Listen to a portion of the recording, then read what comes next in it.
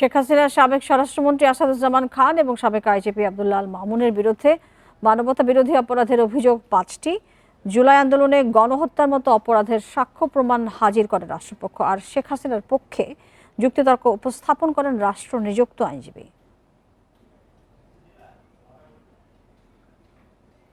পালিয়ে গেছে শেখ হাসিনা, নাই শেখ হাসিনা চলে গেছে, শেখ হাসিনা পালায় না।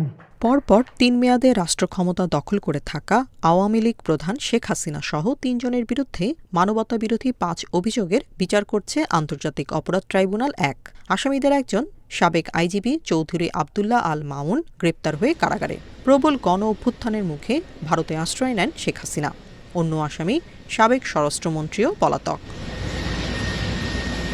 প্রথম অভিযোগে বলা হয় 2024 সালের 14 জুলাই গণভবনে শেখ হাসিনা আন্দোলনকারীদের রাজাকারের নাতিপুতি হিসেবে আখ্যা দেন। এরপর সাবেক স্বরাষ্ট্রমন্ত্রী ও আইজিপি সহ ঊর্ধ্বতন কর্তৃপক্ষের প্ররোচনা ও নির্দেশে আইনশৃঙ্খলা বাহিনীর সদস্য ও সশস্ত্র আওয়ামী লীগ সন্ত্রাসীরা নিরীহ নিরস্ত্র ছাত্র জনতার উপর আক্রমণ করে। তার মানে কি মুক্তিযোদ্ধার সন্তান নাতিপুতিরা কেউ মেধাবী না? যত রাজাকারের বাচ্চারা নাতিপুতি হলো মেধাবী, তাই না? দ্বিতীয় অভিযোগ, হেলিকপ্টার, ড্রোন ও প্রাণঘাতী অস্ত্র ব্যবহার করে আন্দোলনকারীদের হত্যা করে নির্মূলের নির্দেশ দেন শেখ হাসিনা।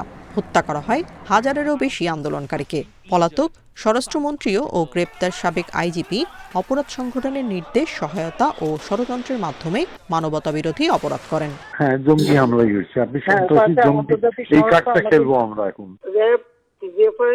সবাইকে বলা হয়েছে যে যেখান থেকে টিকাটা পারবো ধরে ফেলো, যেখানে গ্যাদারিং দেখবে সেখানে ওই উপর থেকে। আসামিদের বিপক্ষে তৃতীয় অভিযোগ, রংপুরে বেগম রোকেয়া বিশ্ববিদ্যালয়ের ছাত্র আবু সাইদ হত্যা।